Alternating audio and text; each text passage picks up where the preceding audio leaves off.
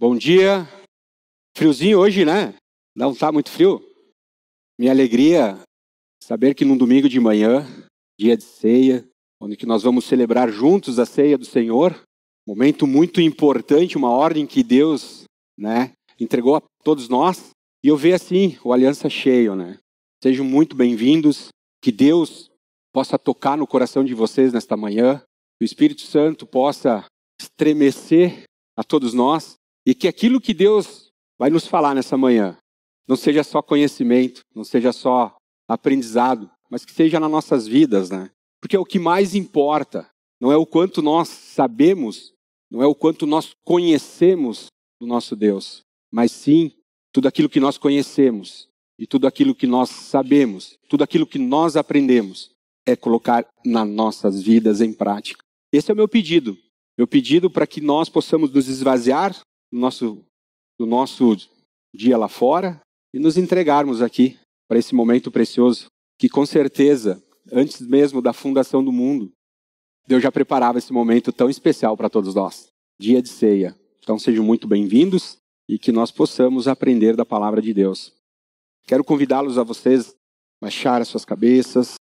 Vamos orar, vamos pedir entendimento, vamos pedir sabedoria para Deus, que Deus também possa me capacitar nesta manhã, para que eu possa, aquilo que Deus me colocou, que eu possa expor para vocês. Pai, queremos te dar toda a graça, queremos te agradecer, toda a honra e toda a glória seja a ti, ó Senhor, mas que nesta manhã, neste domingo de manhã, dia de celebrarmos a ceia, a tua ceia, ó Senhor, e sabemos que um dia, ó Deus, nós estaremos ao teu lado, participando da ceia do Senhor ao teu lado, Senhor. Pai, nos capacite nesta manhã e, acima de tudo, nos dê o teu entendimento sobre aquilo que o Senhor vai nos dizer nesta manhã. Queremos aprender de ti, sim, ó Deus. Queremos ter cada vez mais e mais e mais o conhecer de ti. E é isso que Paulo fala na sua palavra, que ele quer conhecer mais e mais do Senhor Jesus. E nós queremos também, Senhor. Estamos aqui num momento precioso, ó Senhor, momento de celebração. Então, que o Senhor nos capacite, que o Senhor nos dê essa sabedoria, que o Senhor nos dê esse entendimento. E, acima de tudo, ó Deus, trabalhe nos nossos corações. Nós te pedimos, clamamos a Ti, trabalhe em nossos corações, para que nós possamos deixar a Tua palavra entrar e nos edificar, para que assim nós conseguimos colocar em prática nas nossas vidas, não só quando nós estamos aqui reunidos em Teu nome, mas quando nós estamos lá fora, em nosso trabalho, os nossos amigos que não conhecem o Teu Evangelho, vivendo a vida social tão frenética, ali nós precisamos aplicar aquilo que o Senhor nos ensina. Nós te pedimos isso em nome de Jesus. Amém. Muito bom. Queria compartilhar com vocês 3 perguntas para nós darmos início a essa edificação. Mas são 3 perguntas muito íntimas, que geralmente a gente não sai respondendo para as pessoas. A gente, na verdade, responde para dentro do nosso coração, buscando entender acima de tudo, o que Deus tem preparado para nós. A primeira pergunta é, estamos nós, eu e você, como cristãos que somos, focados em que realmente importa? A segunda pergunta, eu quero que vocês selem no coração de vocês, há distrações que nos tiram do foco? Lembrem disso. E a terceira pergunta é, temos vivido com os olhos na eternidade?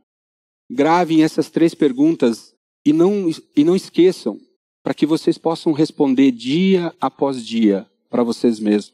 Eu quero convidá-los a vocês abrirem as suas Bíblias na carta que Paulo escreve para os Filipenses, no capítulo 3, do versículo 10 até o 15. Vamos ler. Quero conhecer Cristo, o poder da sua ressurreição e a participação em seu sofrimento, tornando-me como ele em sua morte, para que de alguma forma alcançar a ressurreição dentre os mortos. Não que eu já tenha obtido tudo isso, ou tenha sido aperfeiçoado, mas prossigo para alcançá-lo. Pois para isso também fui alcançado por Cristo Jesus. Irmãos, não penso que eu mesmo já o tenha alcançado, mas uma coisa faço, esquecendo-me das coisas que ficaram para trás e avançando para as que estão adiante, eu prossigo para o alvo, a fim de ganhar o prêmio do chamado celestial em Cristo Jesus. Todos nós queridos, que alcançamos a maturidade, devemos ver as coisas desta forma. E se em algum aspecto vocês pensam de modo diferente, isso também Deus lhe esclarecerá. Eu meditei muito sobre esse capítulo total de Filipenses.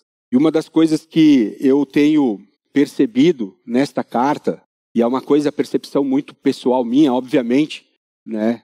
Talvez, e assim é a palavra de Deus, talvez as percepções, quando a gente faz as mesmas leituras, sejam diferentes.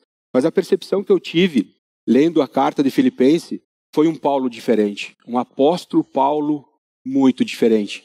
Um apóstolo Paulo triste, um apóstolo Paulo angustiado, mas não podia ser diferente.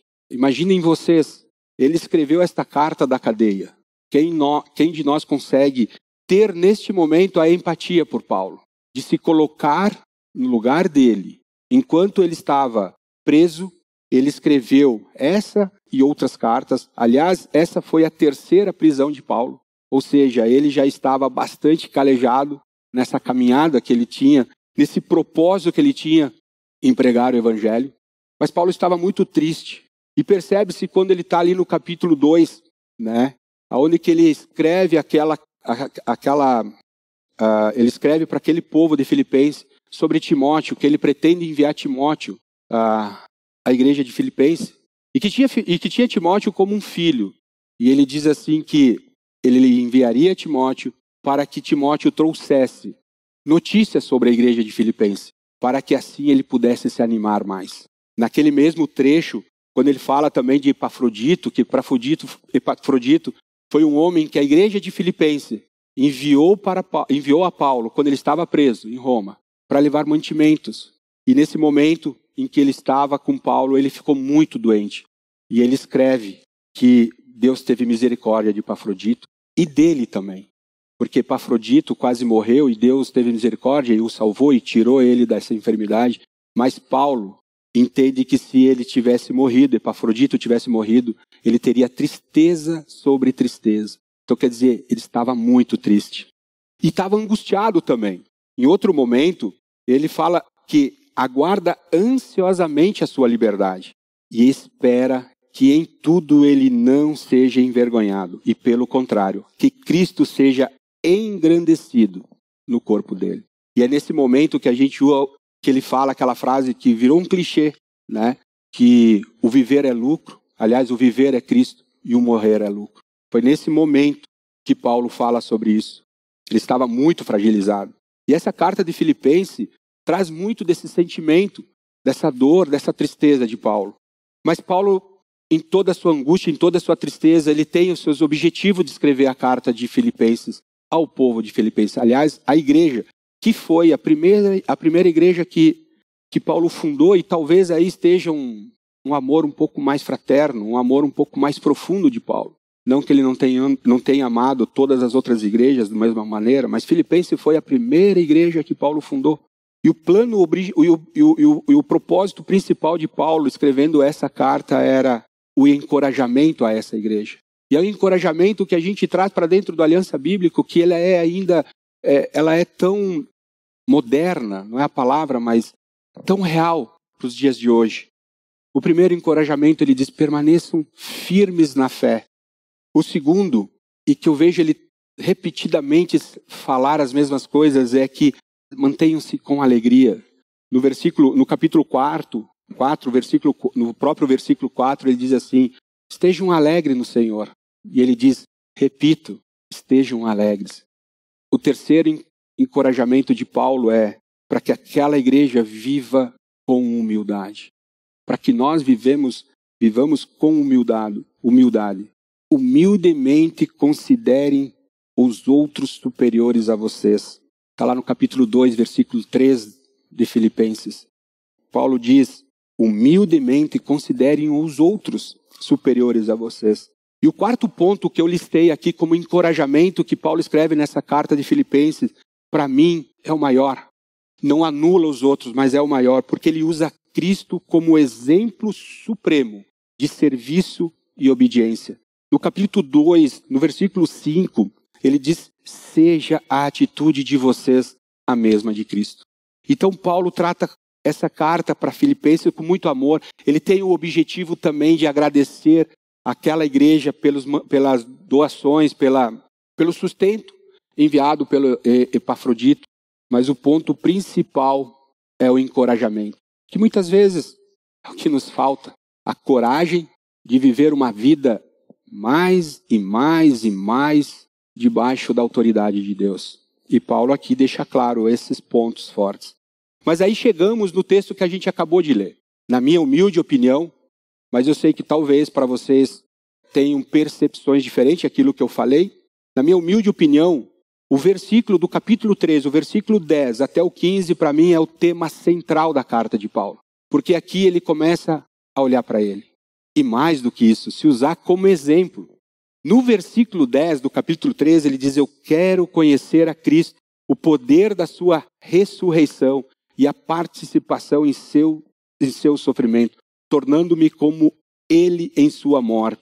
Conhecer a Cristo. Paulo quer conhecer a Cristo. Paulo quer um relacionamento íntimo e pessoal. Ele está dizendo nessa carta. O conhecer a Cristo nos leva a um relacionamento com Deus. Um relacionamento com Cristo. Um relacionamento com Cristo nos leva a uma intimidade com esse Cristo, com esse Deus. E uma intimidade com Deus nos leva ao propósito. E isso é o que Paulo buscava. O apóstolo Paulo, quero conhecer a Cristo. Paulo já conhecia Jesus como seu Senhor e Salvador. Mas ele queria mais, ele queria intimidade com Deus. Conhecer a Cristo profundamente. E nós também queremos conhecer esse Deus profundamente. É ou não é verdade? E ele continua nesse mesmo versículo, o poder da sua ressurreição. O poder que venceu a morte, o poder que nos dá uma vida nova, uma nova vida, o poder que nos fortalece em nossas fraquezas. Esse é o poder da ressurreição de Cristo, um poder que nos prepara para a vida eterna. No mesmo versículo ele dizia a participação em seu sofrimento, que quer dizer renúncia, rejeição do mundo em que nós vivemos. Isso é a participação no sofrimento de Jesus Cristo, quando ele derramou o seu sangue precioso por cada um de nós. É renúncia, rejeição do mundo em que nós vivemos. E a rejeição do mundo que nós vivemos não é que nós não tenhamos mais que viver neste mundo, mas rejeitar tudo aquilo que desagrada a Deus. Ele quer, quando ele diz na participação de seu sofrimento, ele quer que seja um sofrimento que nos aproxima mais e mais e mais de Cristo, a sermos mais e mais e mais parecidos com Cristo, sermos semelhantes a Cristo. No versículo 11 ele diz, para de alguma forma alcançar a ressurreição dentre os mortos, para que de alguma forma eu possa chegar no meu objetivo. O foco é a vida eterna. A ressurreição de Cristo que nos leva à vida eterna. Versículo 12. Não que eu já tenha obtido tudo isso, ou tenha sido aperfeiçoado, mas prossigo para alcançá-lo, pois para isso também fui alcançado por Cristo Jesus. Paulo está nos dizendo aqui, nos ensinando, que há um processo de crescimento. É um processo de crescimento. E que não devemos nos considerar alguém que já chegou lá. E não importa o quanto saibamos ou o quanto já caminhamos com Deus, mas não acabou ainda. Ainda estamos no processo para chegar. Devemos continuar correndo, meus queridos, com o propósito como em uma competição, em um campo de corrida, direto para o alvo. É isso que Paulo está nos dizendo.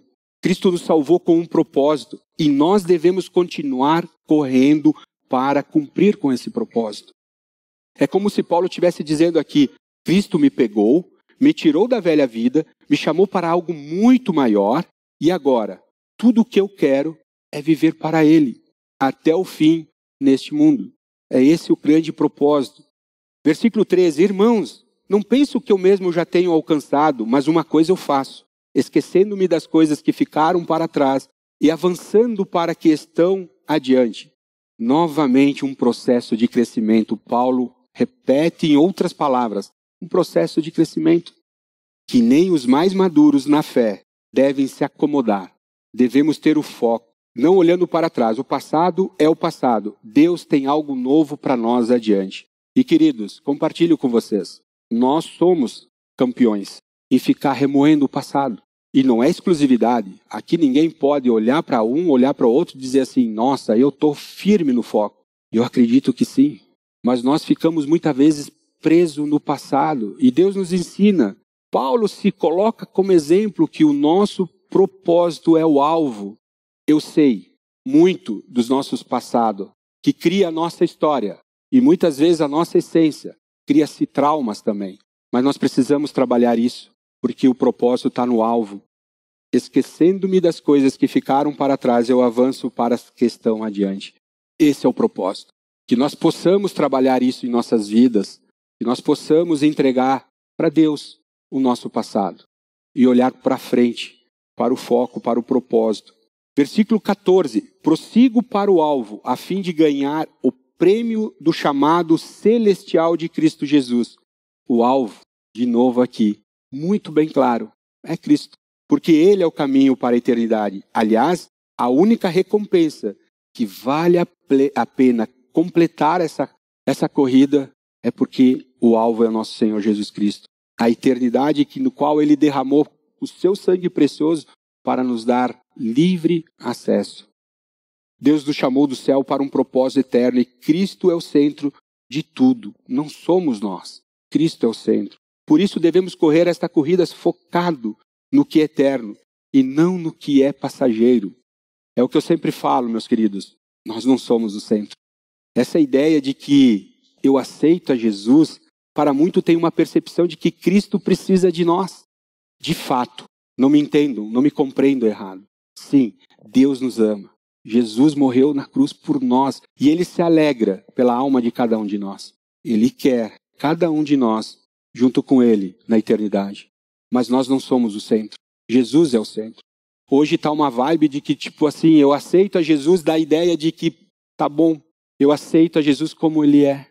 É o contrário. Jesus nos aceita como nós somos. Jesus nos quer. Jesus nos prepara. Jesus vem sobre as nuvens. Mas sou eu que necessito. Somos nós que necessitamos. Somos nós que precisamos desse Deus. E é importante nós termos isso firme nos nossos corações. Porque o dia a dia, a monotonidade do nosso dia, os nossos afazeres, nos levam para um automático que muitas das vezes a gente coloca a nossa própria força, o nosso próprio eu à frente da vontade de Deus. Meus queridos, lembrem disso. Somos nós que precisamos desse Deus. É nós que precisamos nos entregar a Ele e manter o foco. O alvo é o nosso Senhor Jesus Cristo. Sabe qual é o segredo? O segredo é que Deus nos chama para o destino que é o céu, mas porém o caminho é Jesus Cristo. Versículo 15 diz que todos nós que alcançamos a maturidade, nós conseguimos entender profundamente o que Paulo está querendo dizer aqui. Devemos ver as coisas dessa forma. E eu creio que todos nós conseguimos entender o que Paulo está querendo dizer aqui. Porém, meus queridos, fique bem claro que se vocês pensam de modo diferente, Deus, e somente Deus, pode esclarecer para vocês o porquê que vocês pensam de modo diferente. Queridos, enquanto nós vivemos neste mundo, de fato, Deus nos colocou no lugar onde Ele quer que nós estejamos. Hoje nós estamos aqui. Deus quer que nós estejamos aqui. Mas também Deus pode nos permitir estar no lugar em que nós queremos estar, por pura, simples liberdade nossa. Isso não diminuirá o que nós somos diante de Deus, porém precisamos ter a clareza das decisões em que estamos tomando, das decisões em que tomamos. Principalmente, queridos, do lugar aonde queremos viver. Nós não podemos esquecer que nenhum lugar, mas nenhum lugar mesmo, é ou será maior do que o lugar em que Deus tem preparado para nós. O prêmio que Deus tem para nos dar, chamado celestial de Deus em Cristo Jesus. Nós não podemos nos esquecer, meus queridos, que nenhum lugar é ou será maior ou melhor do que o lugar em que Deus preparou para nós. Mas uma coisa eu preciso deixar muito bem claro aqui. Nós precisamos esquecer das coisas que ficaram para trás e olhar adiante para o alvo, Esse é o nosso propósito. Quando nós, eu e você, entregamos as nossas vidas para um Senhor, para um Deus que morreu na cruz, derramou seu sangue precioso por cada um de nós, e nós falamos com as nossas próprias palavras que nós aceitamos, nós precisamos cumprir com esse objetivo de olhar para o foco. E qual é esse lugar que Deus tem preparado para nós? Vou repetir aqui que o mesmo Paulo fala lá em 1 Coríntios, capítulo 2, versículo 9, se não me falha a memória, que olho nenhum viu, ouvido nenhum ouviu, e mente nenhum imagina o que Deus tem preparado para aqueles que o amam. Se isso não é uma motivação para que eu e você mantenhamos o foco, então não sabemos então qual é a motivação. Aliás, para mim, é a única motivação que me faz manter firmeza no alvo. É saber que esse momento é passageiro e a gente não sabe o dia de amanhã. Aliás, pertence a Deus o dia de amanhã. Mas sabermos que a gente tem sim um prêmio a ser recebido por nós, que é o reino de Deus. Eu gostaria que vocês abrissem as suas Bíblias em Filipenses, um capítulo adiante, capítulo 4. E vamos ler do 4 até o 9. Porque para mim, o que Paulo escreve no final da carta, aqui a partir do versículo 4 do capítulo 9, é o maior encorajamento que eu e você possamos ter para seguir adiante. Nesta caminhada que a gente sabe que não é fácil. Aliás, seria muito fácil se fosse só aceitar a Jesus e deu. Não, a gente vive uma guerra espiritual frenética, onde que nós somos o alvo nessa guerra espiritual. Nós que somos de Deus, que aceitamos ao Senhor como Senhor e Salvador. E Paulo diz assim, olha que conforto. E ele começa, alegrem-se sempre no Senhor. Novamente direi, alegrem-se no Senhor. Seja a amabilidade de vocês conhecidas por todos. Ou seja, o que é amabilidade? Seja o amor de vocês, seja a compaixão de vocês, seja a sinceridade de vocês, a verdade, a vida em Cristo, seja a amabilidade de vocês conhecidas por todos, pois perto está o Senhor. Não andem ansiosos por coisa alguma, mas em tudo, pela oração e súplica, e com ação de graça, apresentam seus pedidos a Deus. Porque assim Deus o trará paz que excede todo o entendimento e guardará o coração de cada um de nós e a mente de cada um de nós em Cristo Jesus. Finalmente, irmãos, tudo que for verdadeiro, tudo que for nobre, tudo que for correto, tudo que for puro e tudo que for amável, tudo que for de boa fama, se houver algo excelente ou digno de louvor, pensem nessas coisas. Ponham em prática tudo isso que vocês aprenderam de Deus. Simples assim. Ponham em prática tudo aquilo que vocês aprenderam, receberam, ouviram e viram em mim, diz Paulo. E o Deus da paz estará com vocês. É ou não é uma palavra de encorajamento para todos nós? Eu sei que no meio de nós aqui nós temos tamanhas dificuldades, aliás, inúmeras dificuldades. Relacionamento com amigos, relacionamento talvez dentro de casa, situação financeira, né? Dificuldade talvez de perdão. Eu não sei qual é a aflição que hoje você tem no seu coração, mas põe em prática tudo o que vocês aprenderam, vocês receberam, que vocês ouviram de Deus.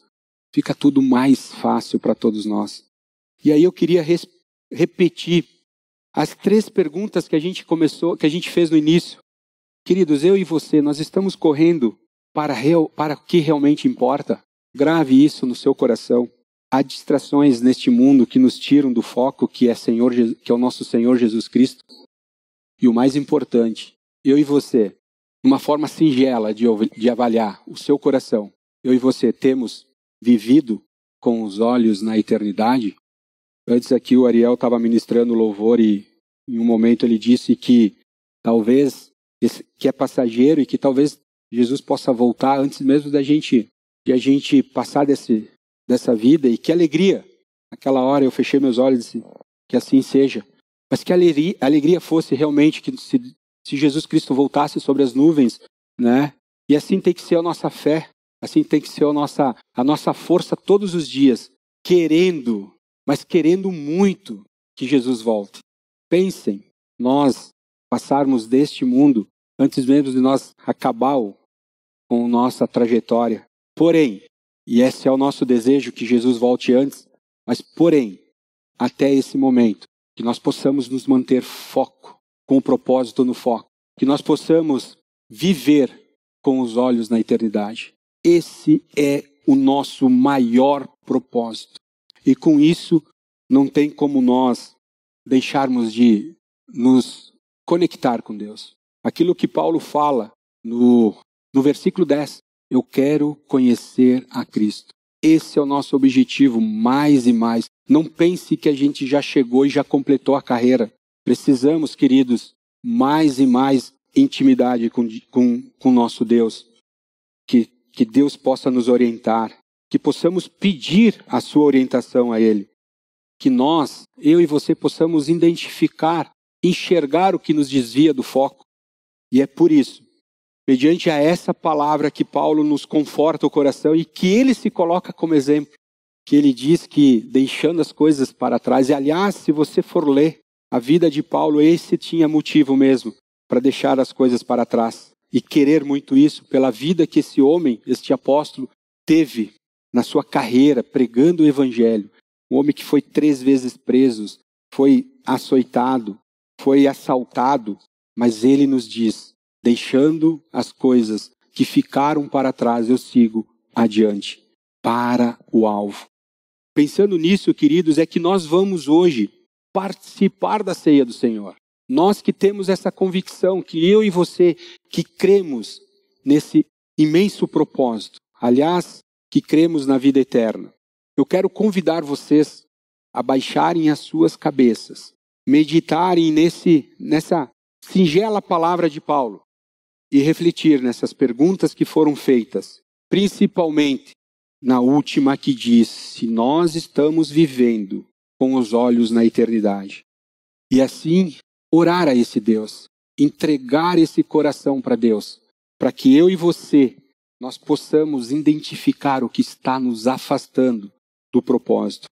Pai querido, queremos te dar toda a honra e toda a glória a Ti, ó Deus, por este momento tão precioso, Senhor. E acima desse nosso coração, muitas vezes enganoso, um coração que te esquece facilmente, ó Senhor, nós queremos clamar a Ti, Senhor, para que cada um de nós, diante de Ti, possa entregar as suas aflições, entregar os seus medos, as suas dores, entregar aquilo que muitas vezes nos endurece e que nos afastam do Teu imenso amor, ó Deus. Pai, trabalhe na nossa mente. Não é possível, Senhor, que mediante a tantos ensinamentos, como por exemplo esse que Paulo nos ensina, que nós devemos caminhar para o foco, caminhar para o alvo, que é o nosso Senhor Jesus Cristo, nós ainda não consigamos estar de olhos vidrados, ó Deus, no que é o propósito maior, ó Deus. Nós te pedimos, em nome do nosso Senhor Jesus Cristo, que entregou-se naquela cruz por amor a nós, pelos nossos pecados, que derramou o seu sangue precioso naquela cruz, ó Pai.